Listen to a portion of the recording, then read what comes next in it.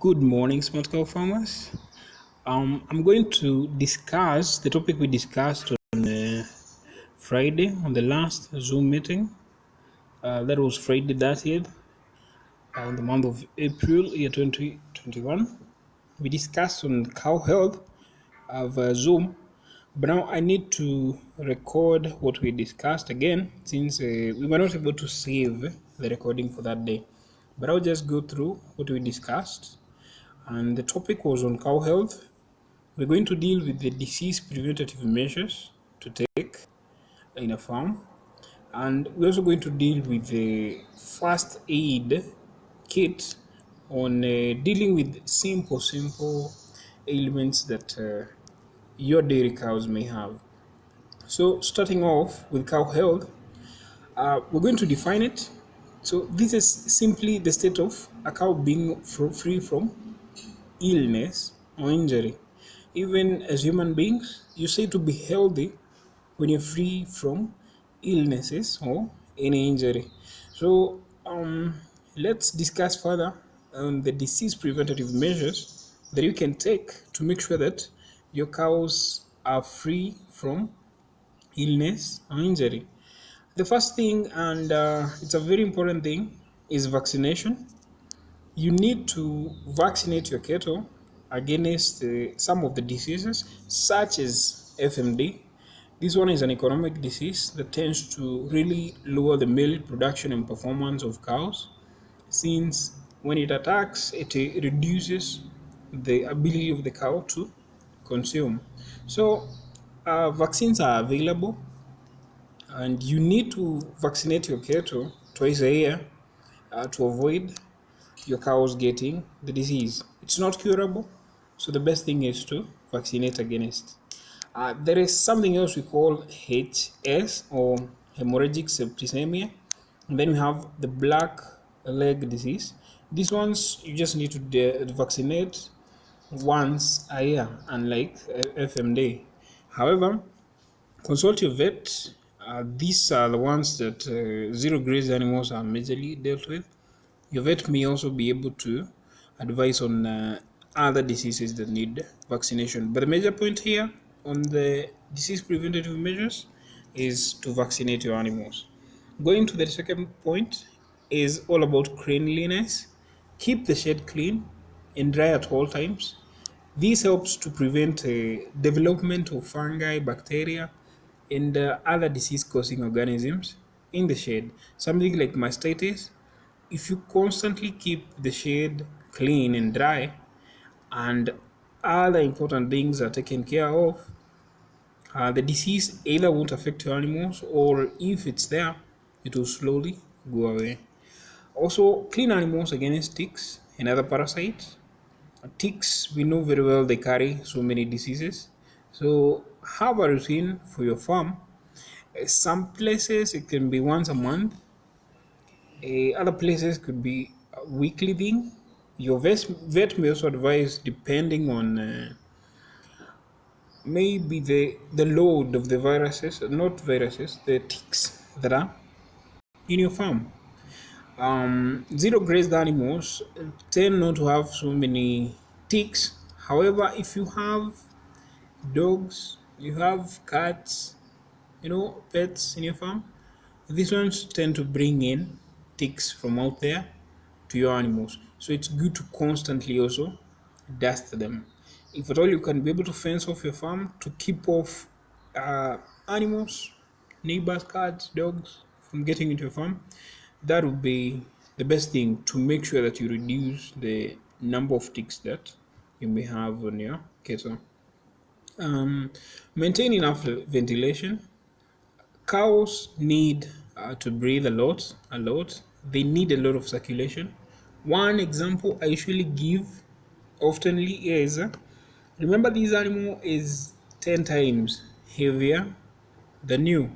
So the minute you experience a little bit of discomfort when it comes to ventilation, maybe when it comes to exposure to the sun, this animal is feeling it 10 times.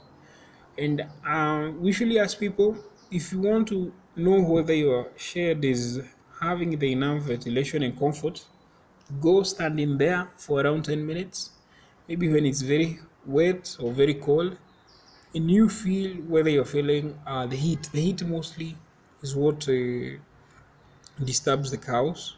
Feel whether there is enough circulation of air for around 10 minutes. If you feel you're having an issue, remember this cow is having that impact 10 times or more the way you're feeling it.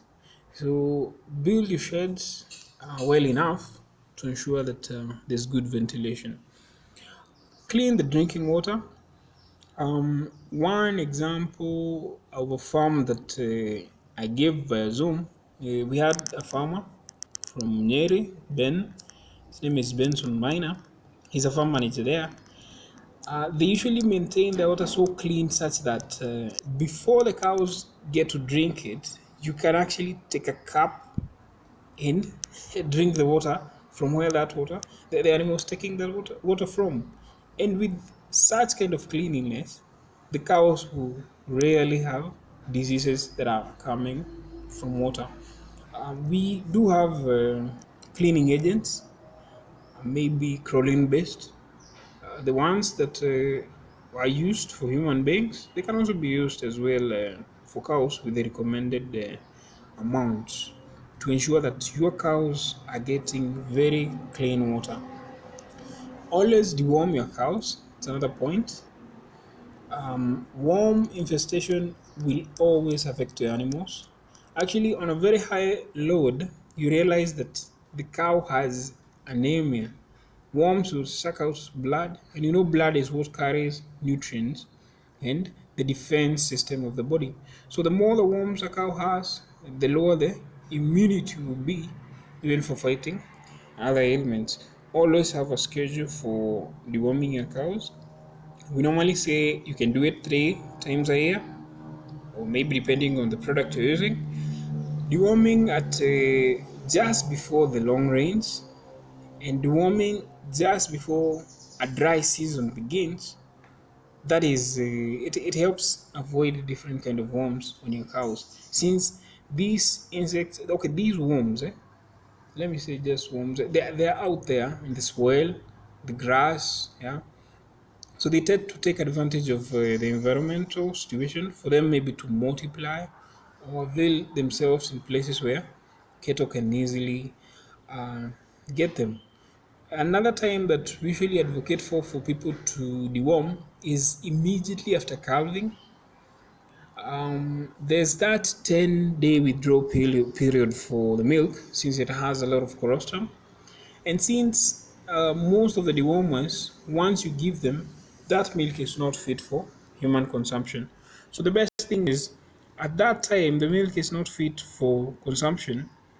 Immediately after calving, give the animal the dewormers. The dewormers, they don't affect calves. Calves are okay with them. They don't affect growth or anything. So that's another time. However, with your farm manager or with your vet, you can also discuss on the other best time to have routine deworming of your cows. Feed fodder without contaminations. Never feed cows with fodder that maybe was dragged all along the road or is having a lot of molds, something like silage, even hay. Avoid feeding cows with contaminated materials. But you see, when you contaminate the feed, the cow will still take in, and it will take in a lot of quantity. Something like the molds, um, they prevent breeding. They bring a lot of breeding issues. You'll find that your cows may not be able to come on heat when you constantly feed your cows on when you constantly feed them on fodder that is containing a lot of molds. So prevent feeding your cows with contaminated foods. Ensure 1 to 2 hours walking on the shed. This is all about the plan that you will have for building your shed. Make sure your cow is able to walk around. It has enough space. We do give recommended measurements for making zero grazing units and maybe the recommended stocking number. When you do so, it will prevent contaminations on your shed. Kindly let me continue from there in a few minutes.